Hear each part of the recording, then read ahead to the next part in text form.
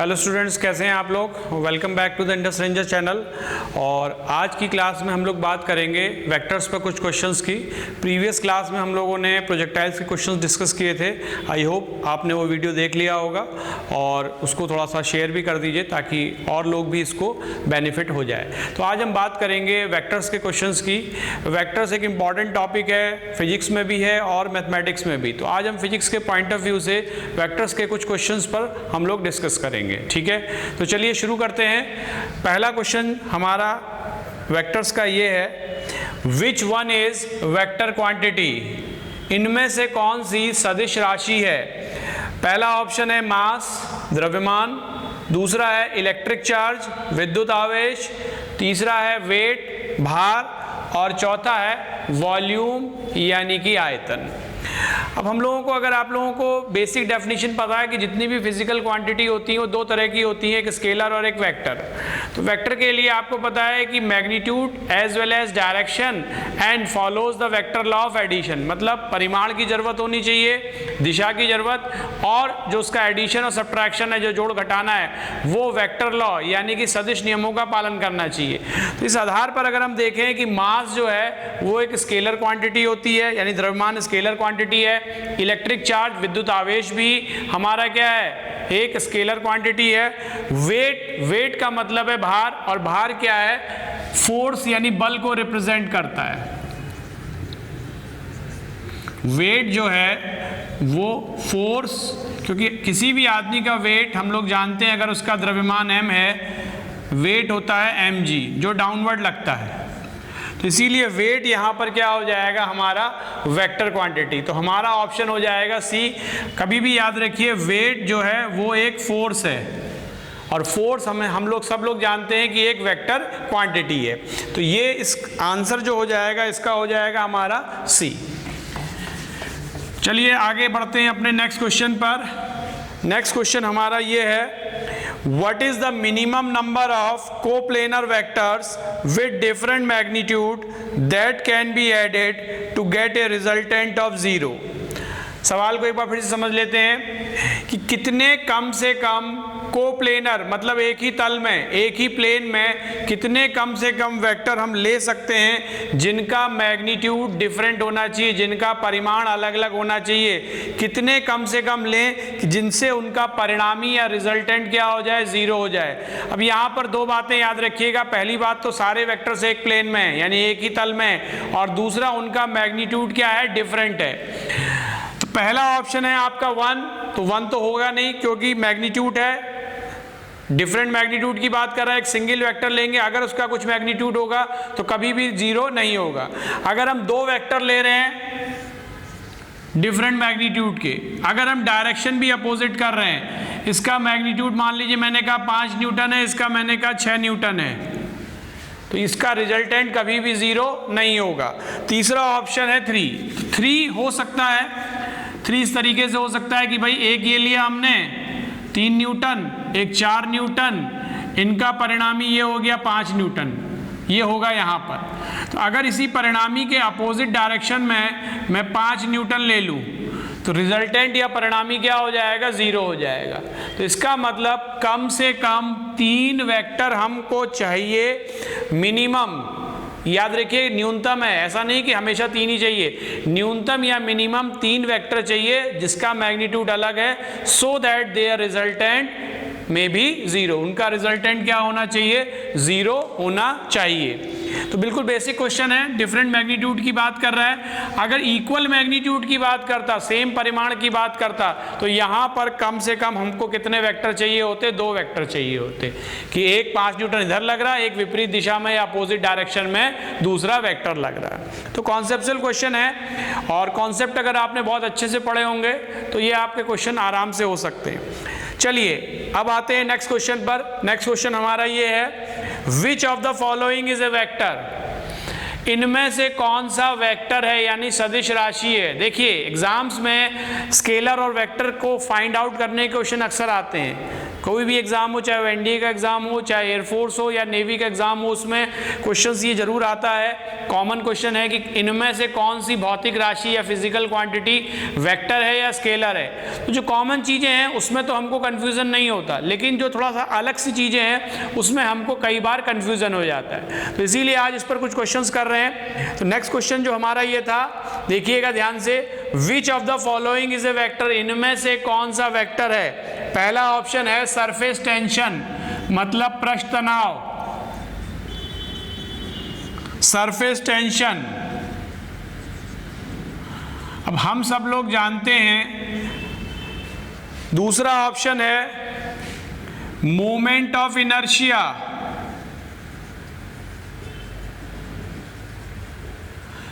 ठीक है। तीसरा ऑप्शन है प्रेशर और चौथा ऑप्शन है नन। ये चार ऑप्शन आपको दिख रहे हैं। तो सरफेस टेंशन या पृष्ठ तनाव, अब आपको लग रहा होगा है ये टेंशन, लेकिन ये एक स्केलर क्वांटिटी है, याद रखिएगा, ये एक स्केलर क्वांटिटी है। मोमेंट ऑफ इनर्शिया भी वेक्टर नहीं होता है। और pressure is also a scalar quantity, pressure भी याद रखिएगा, कई लोग कंफ्यूजन है कि प्रेशर वेक्टर है। Pressure is not a vector quantity, it is a scalar quantity.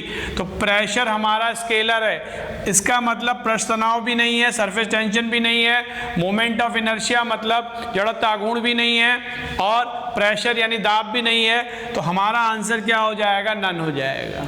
तो ये एक टाइप के बड़े कॉमन क्वेश्चन है जिसमें आपको स्केलर या वेक्टर फाइंड आउट करने हैं। आई होप अब आपको कॉन्सेप्ट क्लियर हो गया होगा प्रेशर के बारे में, कि प्रेशर जो है वो वेक्टर क्वांटिटी नहीं है, वो एक स्केलर क्वांटिटी है, ठीक है। नेक्स्ट आगे बढ़ते हैं। नेक्स्ट क्वेश्चन है which of the following is a scalar. Next question देखिएगा, which of the following is a scalar, इनमें से कौन सी अदिश राशियां हैं, स्केलर हैं। पहला ऑप्शन देख रहे हैं आप, इलेक्ट्रिक फील्ड स्ट्रेंथ, दूसरा है प्रेशर, तीसरा है एक्सीलरेशन और चौथा है लीनियर मोमेंटम। इनमें से कौन सी अदिश राशि है। पहला है विद्युत क्षेत्र की तीव्रता, दूसरा दाब, तीसरा त्वरण और चौथा लीनियर मोमेंटम यानी कि रेखीय संवेग। तो ऑलरेडी अभी प्रीवियस क्वेश्चन में हम लोगों ने डिस्कस किया है कि प्रेशर हमारा क्या होगा, स्केलर क्वांटिटी होगी, यानी कि दाब। तो हमारा आंसर हो जाएगा यहां पर बी, प्रेशर यानी कि दाब।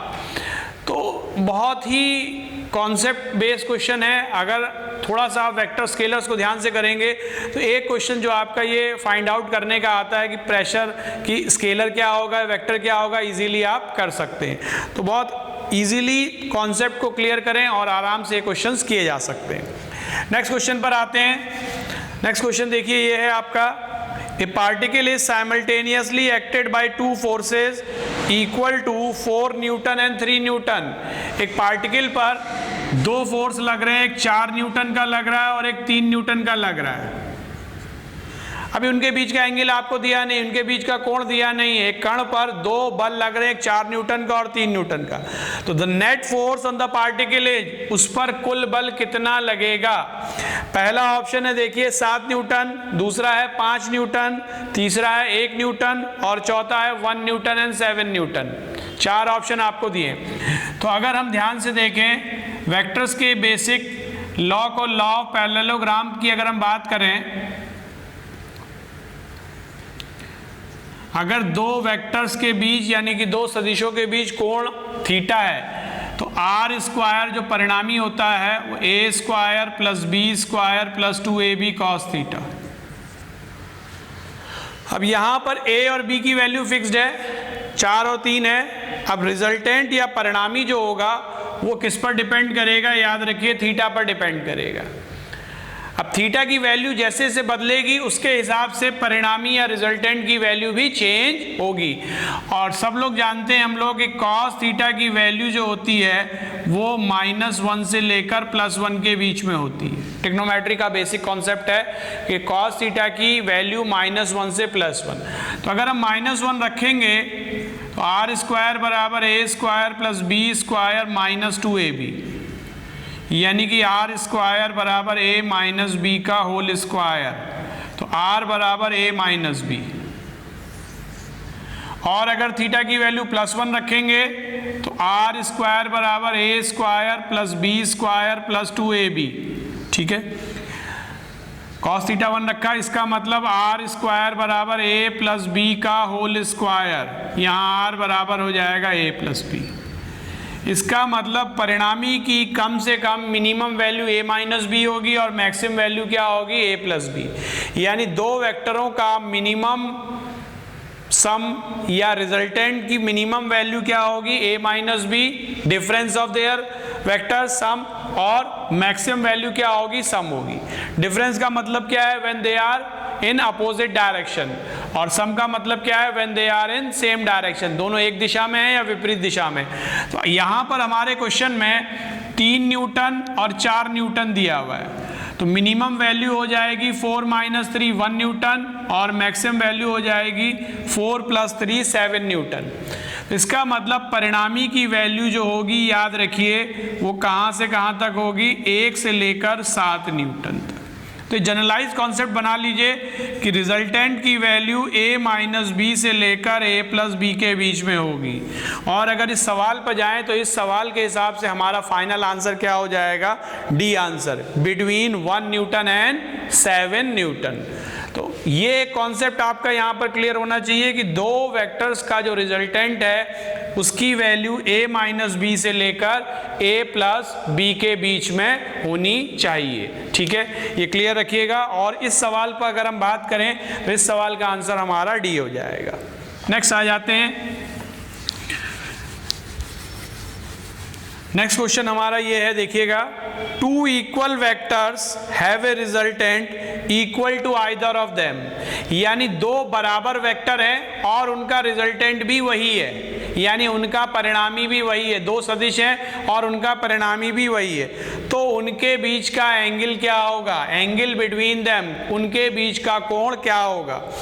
तो हम ध्यान से देख रहे हैं, अभी हम लोगों ने ऑलरेडी प्रीवियस के क्वेश्चन किया था जिसमें परिणामी की बात की थी, रिजल्टेंट की, आर स्क्वायर बराबर a square plus b square plus 2ab cos theta.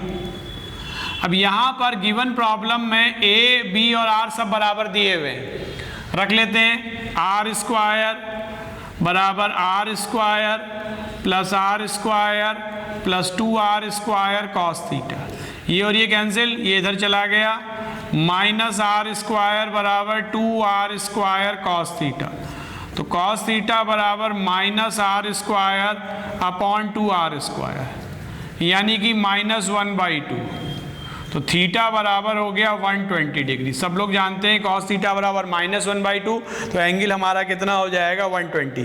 पहला ऑप्शन आपको दिया है 60, दूसरा दिया है 90 और तीसरा दिया है 120, तो थर्ड ऑप्शन हमारा करेक्ट हो जाएगा। तो याद रखिए अगर दो इक्वल वेक्टर हैं और उनका रिजल्टेंट भी वही आ रहा है तो ऑलवेज उनके बीच का एंगल कितना हो जाएगा 120 degree. It is a very common question asked in competitive examination. Competitive examination में पूछे जाने वाला एक बहुत कॉमन क्वेश्चन है, तो इस क्वेश्चन को आपको याद रखना है, ठीक है। नेक्स्ट आ जाते हैं हम लोग, नेक्स्ट क्वेश्चन देखिएगा, out of the following set of forces, ठीक है, कुछ सेट्स आपको दे रखे हैं फोर्सेस के, the resultant of which set of forces can never be zero, इनमें से किसका परिणामी जीरो नहीं हो सकता। 3 वेक्टर दे रखे हैं या 3 फोर्स दे रखे हैं, 3 बल दे रखे हैं, उनमें से कौन सा जीरो नहीं होगा। पहला सेट देखते हैं 15, 15, 15, ठीक है।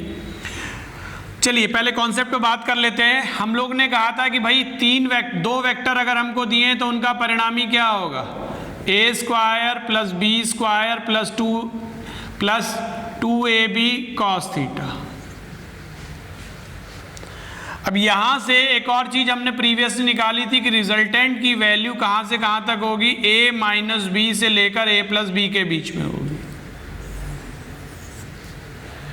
अब अगर 3 वेक्टर यहां तक हम लोग कर चुके थे कि भाई रिजल्टेंट प्रीवियस क्वेश्चन में डिस्कस कर चुके थे कि a माइनस बी और a प्लस बी के बीच में होगा। अब यहां पर देखिए कि अगर 2 वेक्टर हमको दिए, ये a है, ध्यान समझिएगा, ये b है और ये उनका रिजल्टेंट है r, तो इन 3 वेक्टर को अगर हमको चाहिए तो तीसरा वेक्टर हमको इस डायरेक्शन में होना चाहिए, इन दोनों के रिजल्टेंट के अपोजिट डायरेक्शन में होना चाहिए, जिससे कि वो क्या हो जाए, नेट फोर्स क्या हो जाए, 0 हो जाए।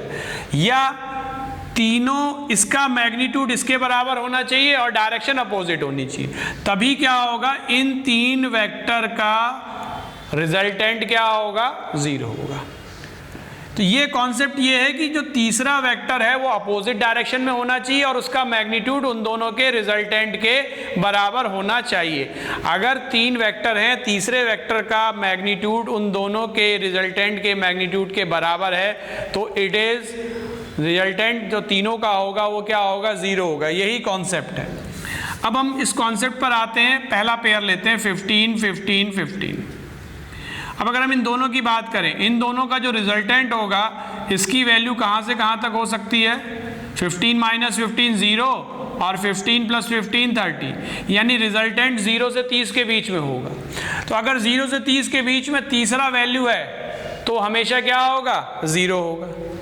अब यहाँ पर तीसरी वैल्यू देखिए किसके बीच में है, कितनी है, 15, मतलब रिजल्टेंट 0 हो सकता है। मतलब तीनों का जो रिजल्टेंट है वो 0 हो सकता है। ठीक है, इसका मतलब पहला ऑप्शन तो हमारा हट गया। ठीक है, ध्यान समझिएगा। अब दूसरे ऑप्शन पर आते हैं। दूसरा ऑप्शन देखिएगा 15 30 60। पहले ये पेयर ले लेते हैं, बहुत अच्छा सवाल है, ध्यान समझिएगा। इन दोनों का जो रिजल्टेंट है उसकी वैल्यू 15 और 45।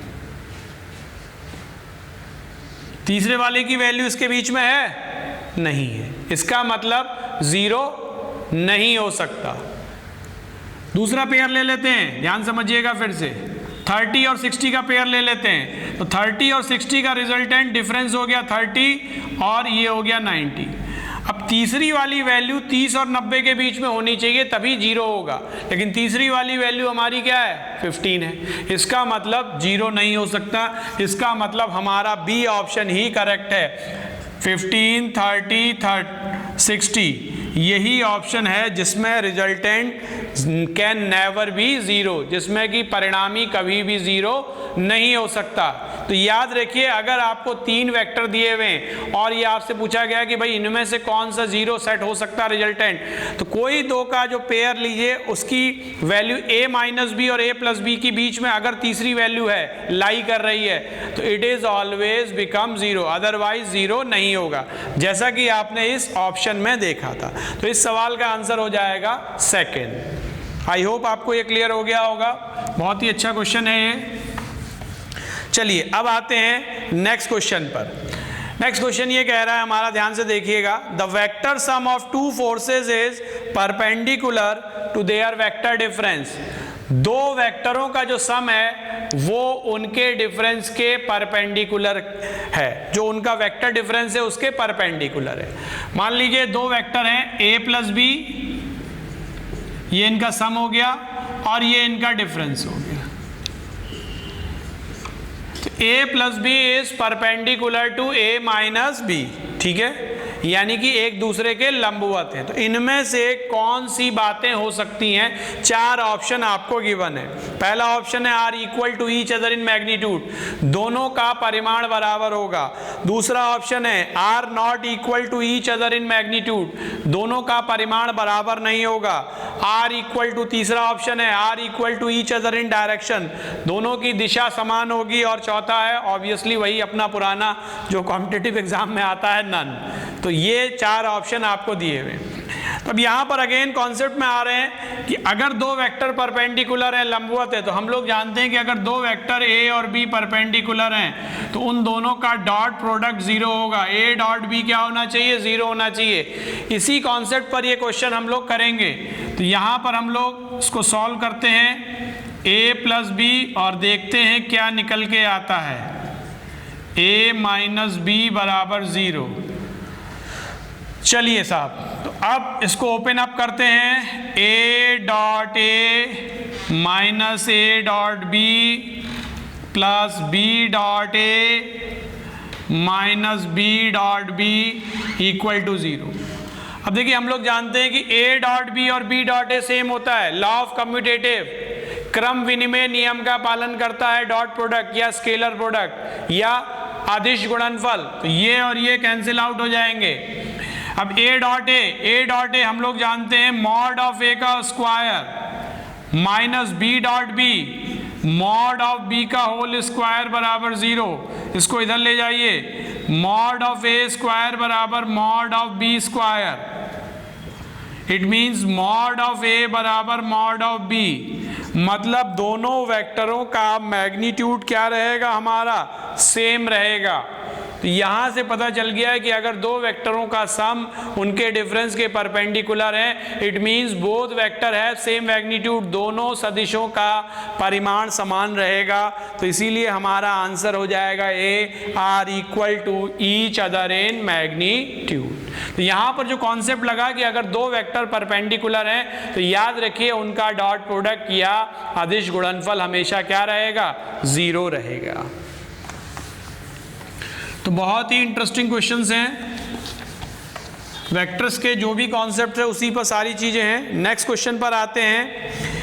If the magnitude of sum of two vector, almost उसी तरीके का क्वेश्चन है। If the magnitude of sum of two vectors is equal to the magnitude of difference of two vector, अगर दो वेक्टर्स के सम का मैग्नीट्यूड उनके डिफरेंस के मैग्नीट्यूड के बराबर है, परिमाण के बराबर है, the angle between these vector, उन दोनों वेक्टर्स के बीच का कोण क्या होगा। चलिए साहब, तो यहां पर हमको दिया हुआ है mod of A plus B equal to mod of A minus B, ये दोनों बराबर दिए हुए हैं और ए और बी के बीच का एंगल पूछा गया है।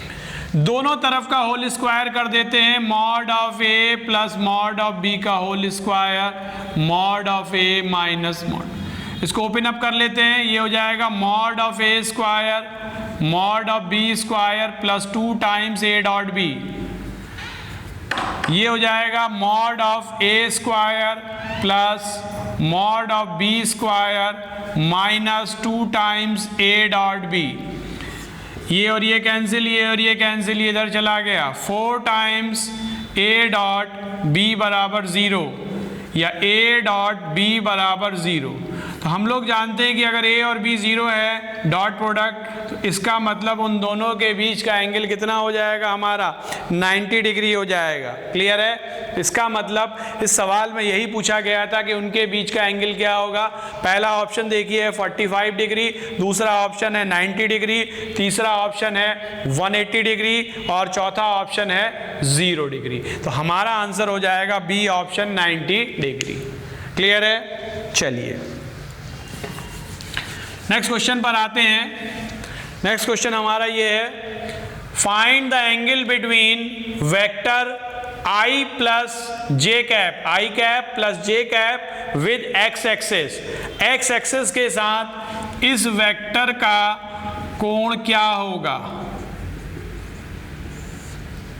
ठीक है, तो पहला ऑप्शन है आपका 90 डिग्री, दूसरा ऑप्शन है 60 डिग्री, आप देख रहे हैं, तीसरा ऑप्शन है 45 डिग्री और चौथा ऑप्शन है 0 डिग्री। ये 4 ऑप्शन आपको दिए हुए हैं कि आई कैप प्लस जे कैप वेक्टर का कोण एक्स एक्सिस से कितना कोण बनाएगा।